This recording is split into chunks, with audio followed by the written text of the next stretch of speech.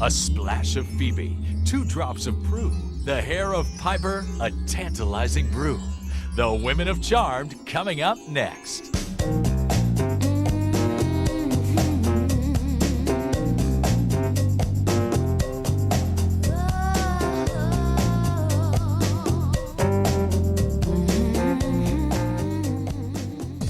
Take 3 pretty young actresses. I think between the 3 of us, we have 50 years on television. Add a touch of Aaron spelling magic. We send to you this burning sun. And a dose of good luck. I'd go into every project not having high expectations of how it's going to perform. That way I'm not let down. And you have the perfect potion for TV rating success. Cute girls kicking butt. It's Charmed, the WB's enchanting TV series starring Shannon Doherty, Holly Marie Combs, and Alyssa Milano as 3 beautiful sisters who are also witches. We're not trying to send a huge message out there every single Thursday night. You know, we're not saying like, do this, do that. We're saying, look at us, we're total goofballs, and we're having a blast. Great! Piper, Phoebe, duck! We're in a time that's about girl power, you know, and this is definitely 3 very strong women that are fighting evil and trying to save people. The good news is the spell worked. I also think witchcraft is you know, just rising, because I think the kids, you know, the traditional religions aren't really holding true for the younger generations. Ever since we realized we have all these teenage girls and little girls as fans, we've tried to somehow put a moral message in, a family message or a value message in with, you know, our witchcraft. How can it be good to be witches if all it does is get the people we love killed? Magical women have long been a part of American pop culture. From the pointy-nosed villainess of The Wizard of Oz to the sexy young witches of the 60s, 70s, and 80s. Charmed creator Connie Burge and story editor Robert Masello are trying to update the witchcraft myth for today's audience. It's not the weapon that makes him powerful, it's part of what Libris has. I had only preconceived notions about what a witch was, and frankly I saw the pointed hat and the wart on the nose.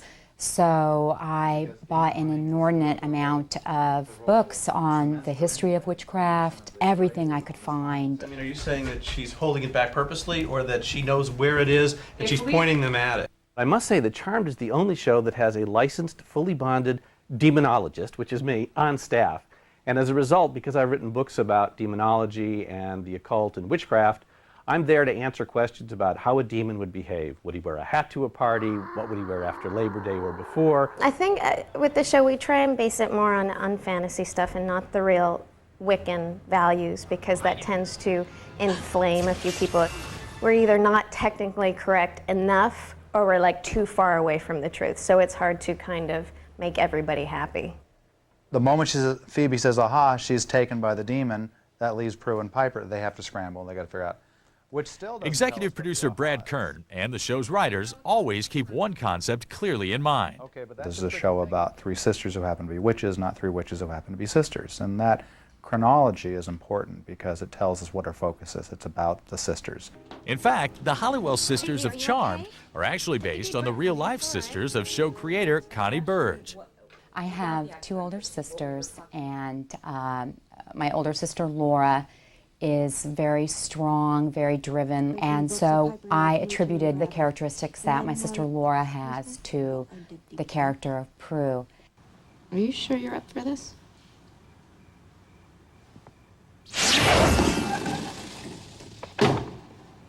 I'm sure. The middle sibling typically tends to be a real people pleaser and very funny, tends to deal with life with a lot of humor. That really applied to my sister Edie, and so I could see the character of Piper. When we went back to the 70s, we saw ourselves as kids, and now we'll be seeing ourselves walking around 10 years older. Oh, the vanquishing, think of the wear and tear. Phoebe was honestly the easiest. I just drew from within. What's the matter? He didn't bleed. He's not bleeding. There's no blood. There's nothing. Alyssa was just the greatest piece of luck She actually replaced another actor at the 11th hour, and so, lucky. Yeah, I felt charmed. And we shot the pilot with a different girl playing Phoebe, Lori Rom, who I will say is a great actress. And whatever her personal reasons were for not wanting to continue, I understand. It's really interesting because Alyssa and Lori are so completely different. And the show is completely different because of the dynamic that Alyssa brings into it. I was just jumping right in. And of course, the dynamic with the other girls, not knowing if the girl that I replaced was their best friend or not. And I knew that the two of them had been friends for a long time, so I was nervous about that. But that lasted all of 6 hours. We didn't gain any lead time when we had to reshoot parts of the pilot, and fortunately the WB and Aaron were willing to reach in their wallets because it wasn't cheap to reshoot a lot of that stuff. The investment paid off. TV impresario Aaron Spelling and his partner E. Duke Vincent had another hit on their hands. This show had the biggest premiere in the history of the Warner Brothers television network. Now again, how did that happen? Suddenly we're doing a show about 3 young, good witches. I remember when we were picked up after 2 episodes. By the way, it's never happened to me in my whole career. 2 episodes on the air and they call you and pick you up for 22. Come on. And I called Alyssa and Shannon, got on the phone. And I said, we've been picked up. And they said, what? So we've been picked up for the whole year. And they started screaming. I think I psyched myself up going, God, we're going to have really bad ratings and, we're on a tough night and blah, blah, blah, blah, blah. And I'm holding the damn phone waiting. And they ran away to scream to the crew, we're picked up for the whole year. And I could hear their voices screaming. The crew started applauding and screaming. A great moment. Really a great moment. Then the second season, when they moved us to Thursday night, I was like, oh, we're dead, we're killed, we're getting canceled. And Shannon let the CEO of the WB, Jamie Kellner, know her feelings firsthand. Shannon called me all upset when we first announced that we were going to move the show, and I remember promising her that the show would do as well or better in the new time period, and so she said, well, I'm going to be watching. And I think right after we got our numbers on Thursday night, I called her, and so she admitted we were right. I think that we kind of caught lightning in a bottle with the girls and their chemistry. I like to think that we maintained it with good stories and good scripts and good production, but it starts out with the girls. Some have said Charmed reminds them of another female-driven Spelling hit. You have 3 attractive women who are doing good things every week. So yeah, I've been told that this feels like Charlie's Angels with broomsticks. I can see the comparisons, especially when, there's a Charlie's Angels shot of us like all 3 running down the street and you just feel it. You're like, oh, here's the Charlie's Angels shot. We're 3 girls and it's a spelling show and we always have great hair and makeup and great clothes. So it's hard not to draw the comparisons, and it was a great show, so it doesn't bother us that much. Buddy, what are we doing? We're getting a tight 2, you Help guys. me help you. It's pure entertainment, and we have fun doing what we're doing, and that translates to the audience. In the next hour, you'll watch the magic happen. Meet Shannon Doherty, Alyssa Milano, Holly Marie Combs, and their hunky male co-stars. And discover how the writers, producers, and production wizards help these lovely ladies bewitch America each week. So don't go away.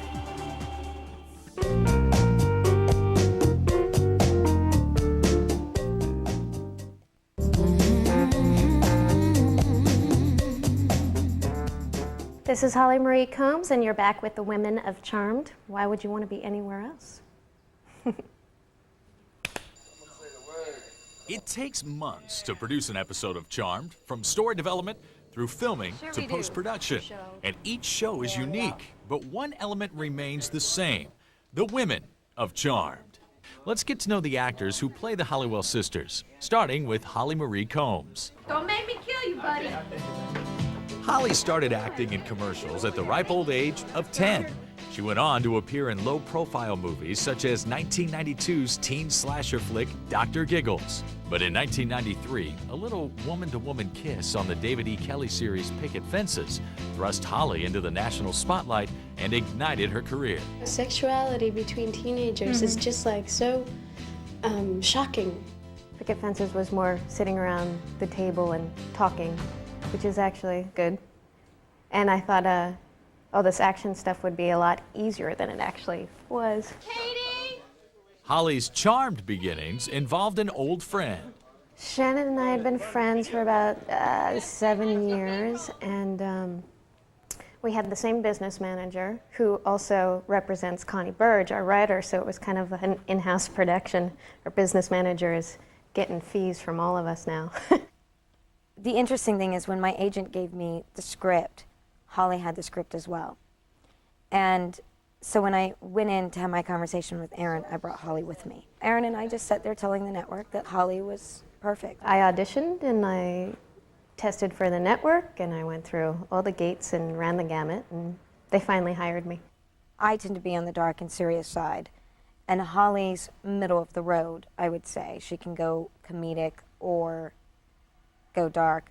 Being around Alyssa, Holly's picked up a lot more comedy. Show creator Connie Burge was seduced by Holly's charm. Holly, who had such a wonderful resume with Picket Fences, brought just the perfect amount of humor and the kindness and the gentleness that I always thought Piper would have. My character is the middle sister. She's somewhat the peacemaker. She's always worried about something. She's very worrisome and a little bit neurotic. And she has the power to freeze time, which came out of her great ability to panic at special moments in time. Look, don't move. Okay, this is gonna hurt me a lot more than it's gonna hurt you. Piper's very different than me. She's a lot funnier than I am naturally.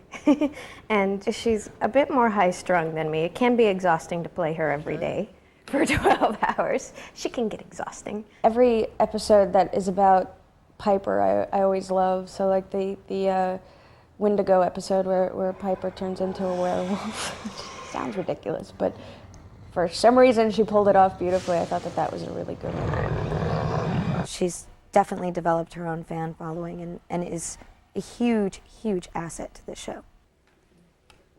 Derek! Shut up! Sasha! Did you tell your Derek department man to be quiet? I can hear him all the way up here. It's just our AD staff. They're the ones that are supposed... Excuse me? They're the ones that are supposed to keep things quiet. I hear his voice the loudest. Shush! The atmosphere is crazy all the time. We usually, what we do is fun stuff, so it's impossible not to have fun with it. I still hear you. Shush! Don't make me come down there. Cool. We have just silly things. We have grape fright. So I think it was Holly picked up a bunch of these fake rubber grapes and just started throwing them at the crew. Friday night grape fight that I think I started. Or was it somebody else? And all of a sudden, everybody's being bombarded by these grapes. No, it was me. When she's not cracking up her coworkers, Holly's in character, breaking hearts. Dan! Hi. With Holly, she has such a gentle quality to her, so it's allowed us to explore a love triangle with her very successfully because we are really able to feel her pain and her struggle. Holly's something. She's like the girl that, she's like your girlfriend. She could be your girlfriend on any given moment. You just want to show her to Mom. Mom, this is the one. If Holly had the power to cast a spell in real life, she knows exactly which poor soul she'd target. I'd cast a spell on that AD down there to be quiet. He is so loud. He has the biggest voice. He's the one that calls rolling and quiet on the set. It's him making noise. Quiet, please. Coming up next. All right, let's add a single to this line, please. Hold up. The enchanting antics of Alyssa Milano.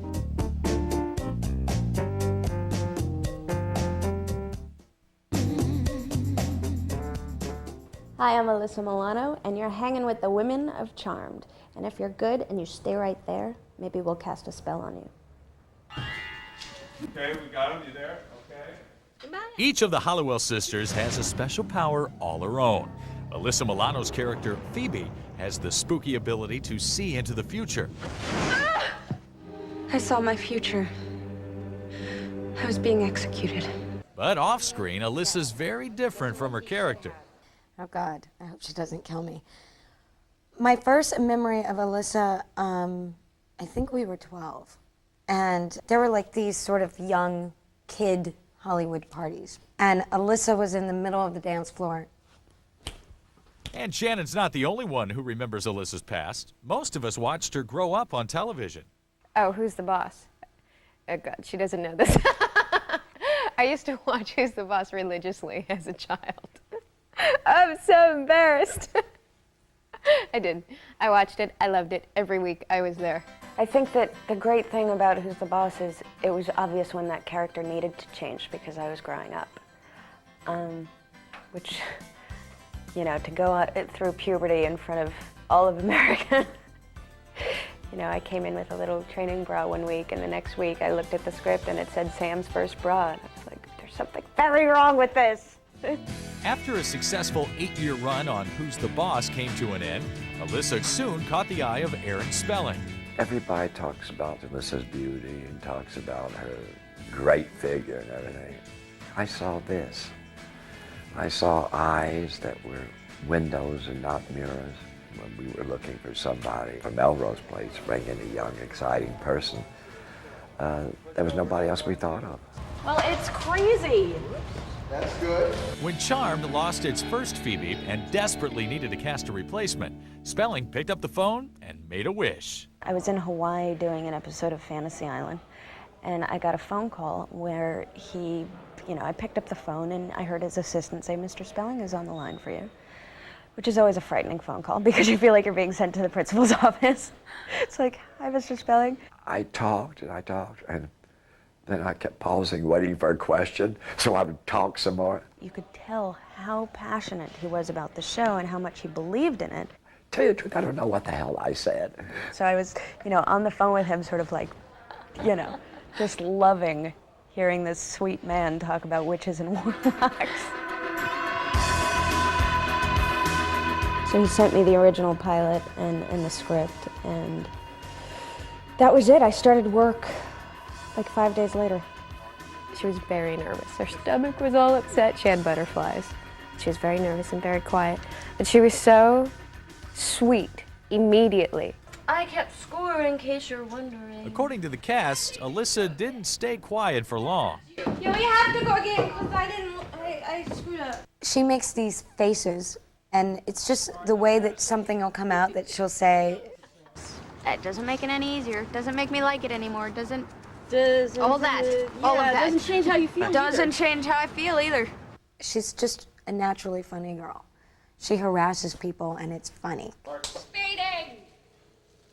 Oh, she's fun, man. You know, she's an Italian girl, you know, like, you know, so I know about her. Oh, I don't think so. Actually, Phoebe's a lot like I am in the sense that she finds humor in every situation. I think she represents that, you know, 22, 23-year-old who is driven but doesn't know by what, you know? And I think that the witchcraft sort of gave her a purpose. But Phoebe's power to see into the future isn't one she's mastered. Sorry, Phoebes. She can control it sometimes. When she's focused, she can, you know, get a premonition when she calls one to her. But most of the time she can, which is part of her frustration.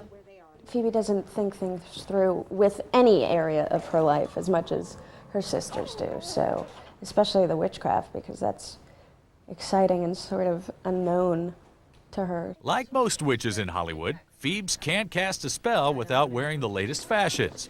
And that's just fine with Alyssa. My wardrobe is awesome. The only problem I have with it is that when I go out shopping now, I can't find anything to wear because Phoebe gets all the cool stuff and Alyssa doesn't.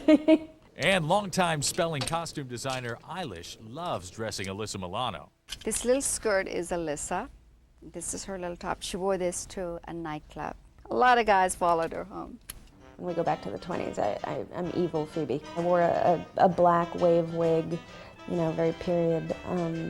We did very evil sort of makeup. This was the dress, and then this was the cape that she makes her big entrance in. She got into the character as far as the makeup and the way she walked, the way she talked. It definitely makes it easier when you look in the mirror and you're like, whoa, that's not me. Alyssa may get lost in her character from time to time, but here in the present, she's among friends. I feel that we're incredibly lucky that the three of us found each other. We all have horses, so we all have things that are in common. Holly and I keep our horses at the same ranch, so we go riding all the time together, and we're very similar. And very close. We're blessed in that way. It's like a big slumber party every day. We giggle a lot. Coming up next, It's a trap, so just stay away, don't look for me. get personal with Shannon Doherty. We didn't have to get half naked, we just had to make out.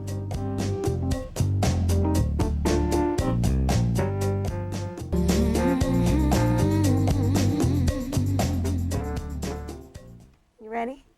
All right, hi, I'm Shannon Doherty, and you're watching The Women on Charmed, and I'm told that the show takes a lot of work and a little bit of magic. Line up and shoot. Quiet, guys. Lining up and shoot. Quiet, please. Shannon Doherty portrays the eldest of the three Charmed sisters, Prue Halliwell. I can move things with my mind. And then I figured out how to levitate people. Prue is starting to branch out and take some chances and experiment. Experiment with love, experiment with a career. She's loosening up, which, thank God, because it's like, oh God, you're just, she's always getting on to Phoebe for casting a spell, and it's draining to play, actually. Phoebe, I'm going to help him. Think about this. How well do you really know him? Demanding work doesn't faze this acting veteran. Shannon Doherty began her career in 1982, starring as Jenny Wilder on Michael Landon's Little House, A New Beginning. I was 10 years old. It was a lot of fun. I loved Michael Landon. Next, she did the TV series Our House and the critically hailed cult film Heathers. But it was Aaron Spelling's Beverly Hills 90210 that made Shannon a star, though she left the hit series to make more films. And then my agent called me and said, there's a TV show called Charmed. Why don't you read the script? I was like, all right. And then he told me it was Aaron Spelling, and I was like, okay. The combination is kind of interesting. Me, Aaron, back together again, Charmed. I walked into his office and he grabbed me and hugged me and said, welcome back, kiddo. Shannon certainly dove headfirst into the witchy role of Prue Halliwell. I researched it until people started running away from me at bookstores because they thought that I was some scary, freak that was, God only knows what I was going to do to them all. And that stuff really scares me. I mean, there was a spell in a book about how to bed down with Satan and have his child, and that freaks me out. Obviously, I may have hooked up with a couple of Satans in my life, but I don't really want to repeat that. Fortunately, in this episode, Shannon doesn't have to snuggle up with Satan, but rather with hunky guest star Antonio Sabato Jr. It wasn't really a love scene. We sort of ended it with a kiss, and then it cuts to us the next morning, and I'm wearing his boxer shorts. So let the audience, come up with whatever happened on their own. And by the way, where were the condoms in the abandoned house? He didn't bring them because he just got out of jail. So it's all a little on the irresponsible side. So I tend to think that Prue did not sleep with him. Well, we'll see. I probably agree with her, but we'll see what the public thinks. While Antonio still feels shy during his love scenes, Shannon takes them in stride. We didn't have to get half naked. We just had to make out. Yeah. So that was easy. But it's still uncomfortable. You got people walking around and stuff, I'm used to you it. try to make fun of it, try to make jokes and stuff like that. He's uncomfortable. I'm not. Oh, yeah. She's could okay care with that kind of less. stuff, But, we I had a kiss good time. crew guys all the time. What do I care? She knows the whole crew. Me, I'm just new at this. That makes sense. End of scene. There's times when I come to work and I want to bitch because I want to be with my horses or something's happening. My dog needs to go to the vet or whatever it is. And I'm like, oh my God, there's so much stuff at home that I need to take care of. But it's up to you to go in every single day and find something challenging and rewarding and inspiring about your job. Okay. She's got a little bit of a photographic memory, which is really annoying because she can come in that morning and learn her lines in rehearsal and know them immediately. She has moments where she can pull out tears like it's nothing. You have got to figure out what your problem is, otherwise we're all dead. Yeah, that's right, Phoebe. It's my responsibility, isn't it? the oldest sister. Always Shannon supposed knows to be able her to figure acting things ability isn't the only reason viewers tune in. I have some really great clothes. I think Eilish does such a good job, and she makes every outfit interesting. I think the most casual thing where I don't have to worry about whether my stomach is sucked in or not is really nice. We did a show with Shannon, and she was playing a character as Miss Hellfire. And that was a lot of fun to do, and we had to make her almost a little trashy. I had these leather pants on her that I had made, and they were completely opened up the side, and then she wore this little bra with it. I think Hellfire is probably one of my favorites because the tone of the show changed and it became more of what I had always wanted the show to be. The lighting got a lot darker and shadows cutting in and out. My style of a show. It may be that delicate balance between light and dark that makes Shannon Doherty so fascinating. Her response to this lighthearted question reveals a beguiling woman of contrasts. If you could cast a spell on anybody, who would you cast it on? Oh boy, I should really give the diplomatic answer for this one. I probably would not. There's honestly, it's the cheesiest, corniest answer in the world, which is why I hate saying it, but it's 100% true. And my dad has been struggling with his health for a really long time. And I would probably cast a spell just to heal him completely and make sure that he was healthy and would live a very long time. And then if I had like one petty one, it would probably be something vicious and mean. Cast a spell on like some guy that I can't stand. It would be some really ridiculous, vindictive, girly spell. When we return, I love playing a bad guy. the women of Charmed wouldn't have much fun without the sexy guys of Charmed. I think Dan feels like he's going somewhere with her, and then bam, it's a slap in the face. They're up next.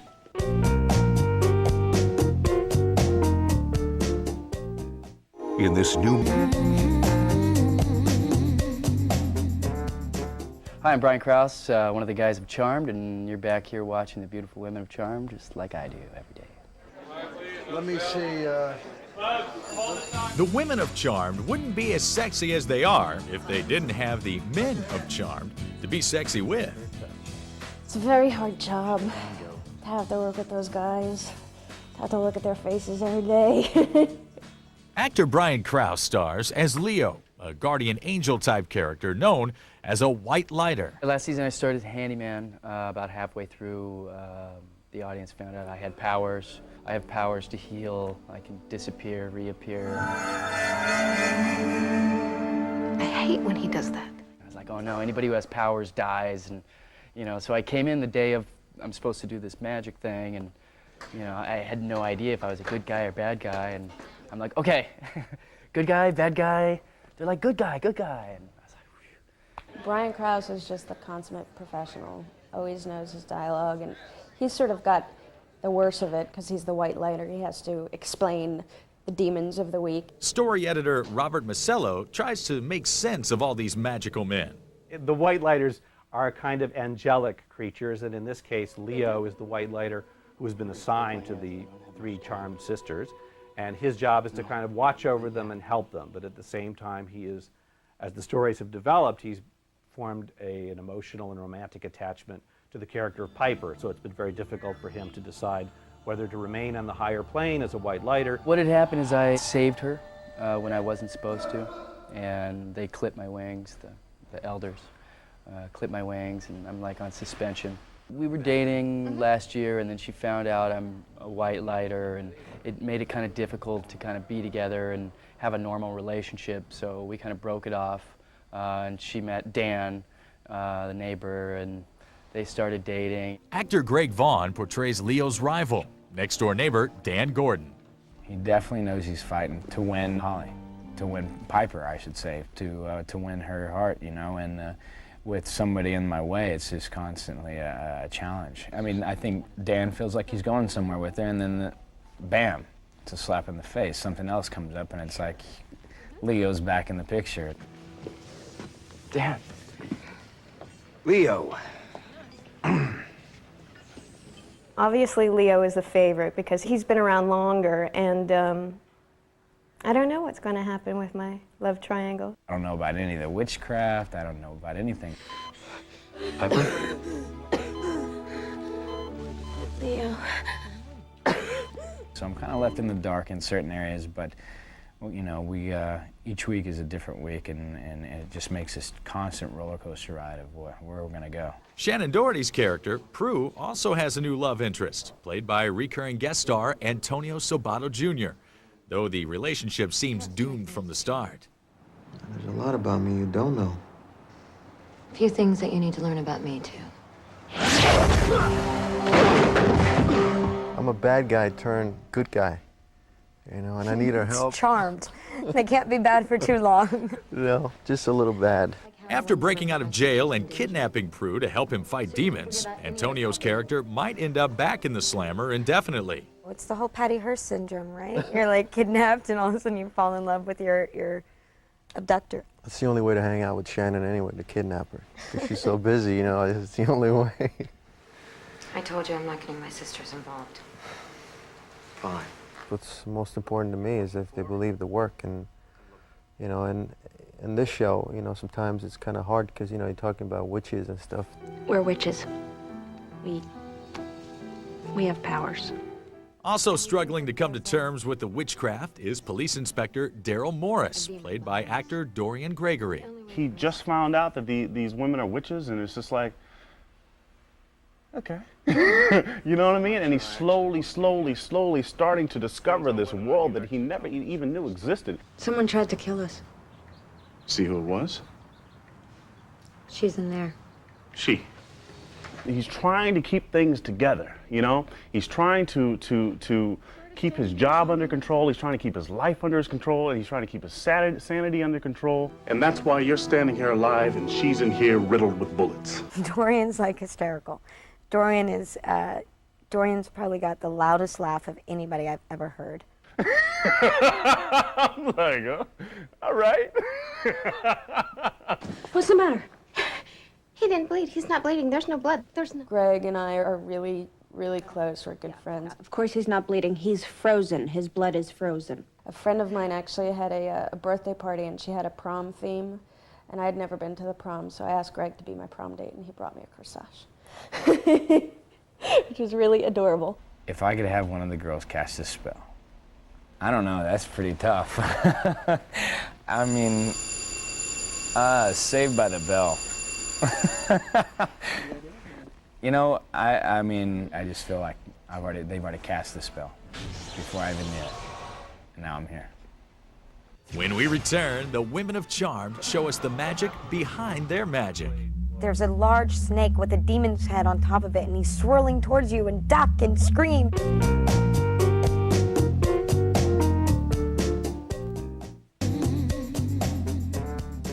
Welcome back to the Women of Charmed.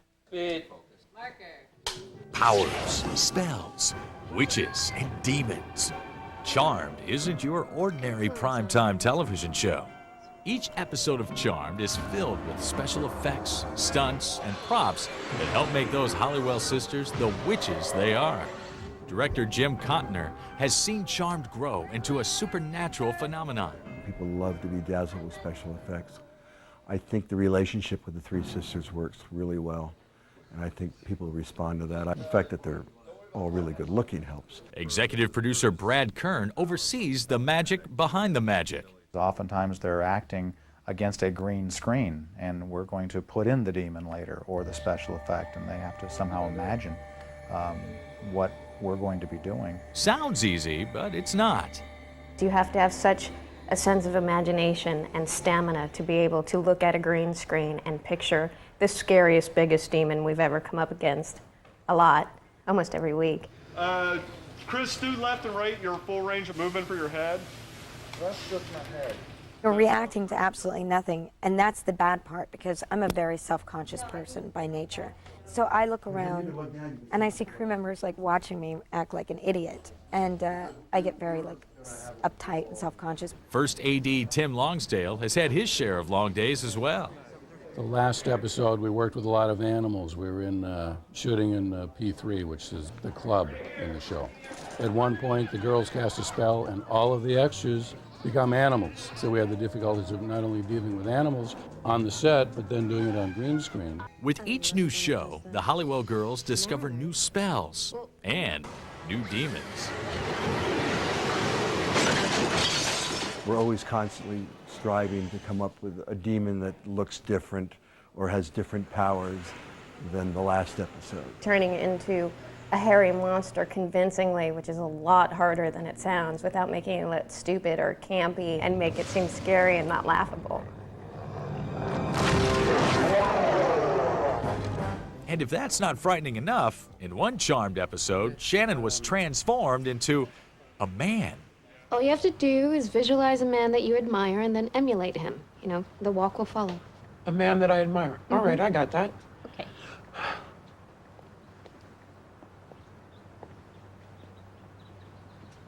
The man you admire is Richard Simmons? Show props are another important feature in making Charmed a reality. These props don't just materialize with the twinkle of the nose. They're created by a top-notch prop department, including assistant prop master Christy McGeechee. My most loved and my most hated prop is right here, this Book of Shadows. The symbol here, which is the triqueta, meaning the three sisters, and they're the charmed ones. It's actually the spell book of all the witches and family members before them. These are actually demons. This is one of our new pages that we just had made. And what we did to produce this is we took photographs of some of our crew members and producers along with our cast. And they were able to distort some of the features, and we got some great renderings we were pretty happy about. This is Betty Reardon, our consulting producer. No, no, no, no. This is our Ouija board. This is what our girls used to actually find our Book of Shadows in the attic, which was how they found out that they were witches. We'll do a little test right now. Visual effects supervisor Steve Labed works his wizardry bringing objects to life for each show, like this fireball. We'll go ahead and stage the shot and talk with the director and plan out exactly how we're gonna shoot it. And then once we have those pieces, then we go to stage later on, and we have special rigs that we've built to give us some very stylized looking fire, flames, and fireballs. Crew's telekinetic powers may seem effortless on screen, but it's the result of painstaking labor from stunt coordinator Noon Arsadi and his team of dedicated professionals. We have a stunt coming up here where we're going to actually launch a person who's supposed to be telekinetically moved through a window. I would not want to be pulled through and thrown into a wall, you know, and everything then falling face forward. I think I got a better job. The girls actually are extremely game for, you'd be surprised. I'm like, I bite my nails daily. And yet, we do have some stunt girls that are extremely qualified and do some of the more hellacious stuff. The final step for most special effects is done at Encore Video, a post-production facility. Here, high-tech seamlessly merges special effects with filmed footage, making witchcraft a reality. Associate producer Peter Chomsky and special effects artist Christian Budman ensure that each scene possesses just the right amount of detail and intensity. Christian, with this plate of Prue, we're going to be putting in the freeze power that we're giving her when she goes back to 1924. I've started building the composite, and I'll show you what I've got so far.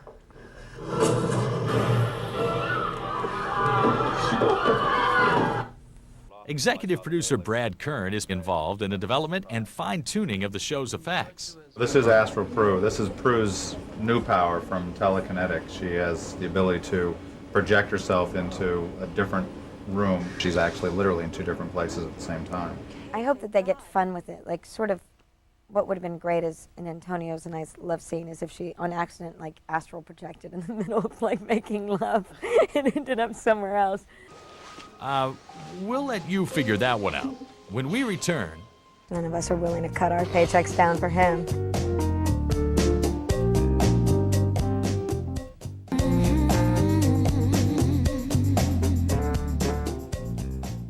welcome back to the Women of Charm.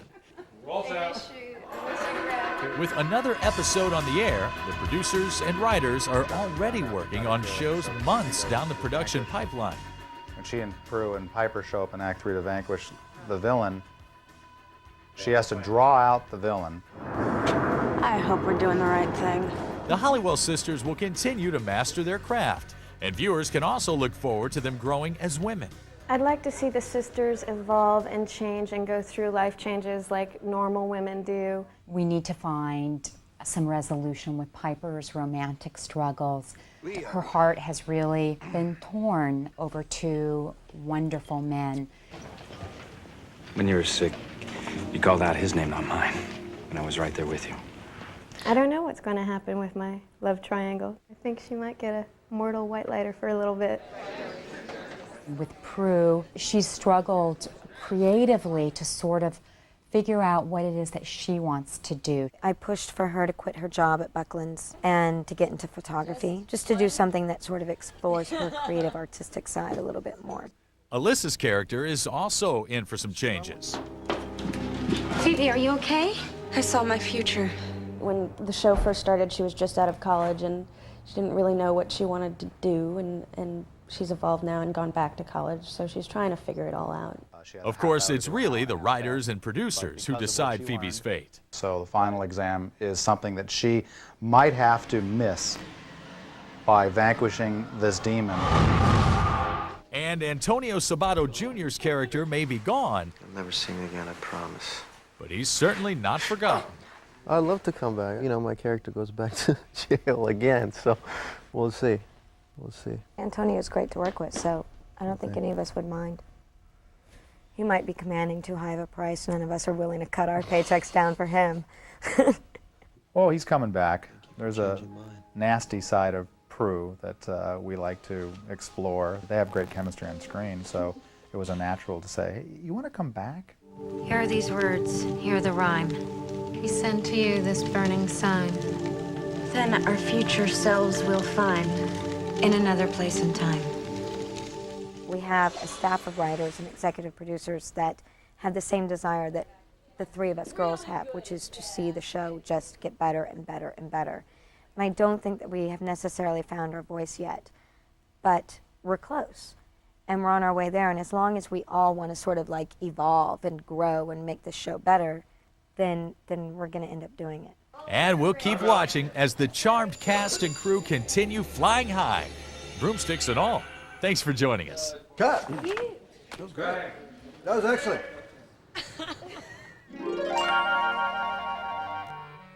I have like weird dreams that'll come true and little things. The most magical event is that I got a job here.